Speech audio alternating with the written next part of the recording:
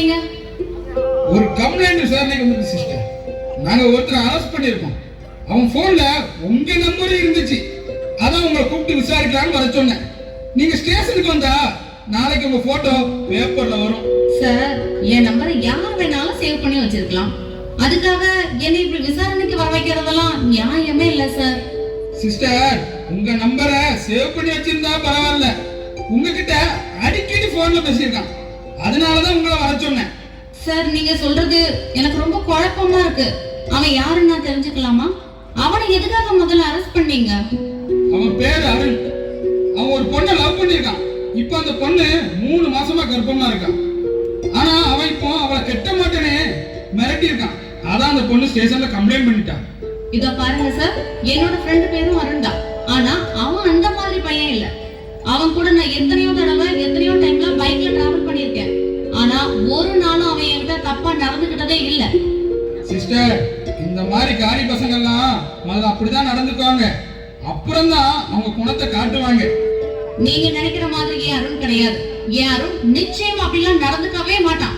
நீங்க arrest பண்ணவனோட photo ஏதாவது இருந்தா காட்டுங்க சார், பார்க்கலாம். என் மொபைல்ல போட்டோ எடுத்து வச்சிருக்கேன், இந்தாமா. லாக்அப்ல இருக்கிற அருணோட போட்டோ தானே சார்?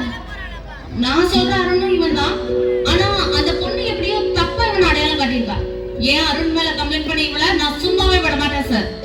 சிஸ்டர், அதெல்லாம் நாங்க பாத்துக்கிறோம். நீங்க எதுக்கு அருண் மேல இவ்வளவு அக்கறை எடுக்கீங்க? ஏன்னா நான் அருணை சின்சியரா லவ் பண்றேன். ஆனா இது வரைக்கும் என்னுடைய லவ் நான் அருண் கிட்ட சொல்லவே இல்லை. நீங்க சொல்லாம விட்டது நல்லதுதான். இல்லனா உங்களுக்கு அந்த பொண்ணோட நிலைமை தான் வந்திருக்கும்.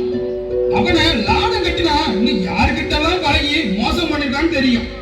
சார், திரும்ப திரும்ப நீங்க இப்படியே பேசிட்டு இருக்காதீங்க. அருண் ரொம்ப நல்லவன் சொல்லிட்டேன். அவன் மேல மட்டும் யாராவது கைய வச்சீங்க, அப்புறம் உங்களை கோர்ட்டுக்கு இழுத்து நிச்சயமா உங்களை லாக்அப்ல தள்ளாம விட மாட்டேன். Sister, sorry sister. நீங்க அருண் மேல எவ்வளவு நம்பிக்கை வச்சிருக்கீங்கன்னு தெரிஞ்சுக்கணும்னு நினைச்சேன், தெரிஞ்சுக்கிட்டேன். அருண் எனக்கு அத்தை மகன். என் தங்கச்சி அருணை கட்டிக்கணும் ஒத்த காலில் நிக்கா. ஆனா அருண் நான் கௌசல்யாவை தான் கட்டிக்க போறேன்னு பிடிவாதமா சொல்லிட்டான். நான் உடனே அருண்கிட்ட போய் பேசினேன்.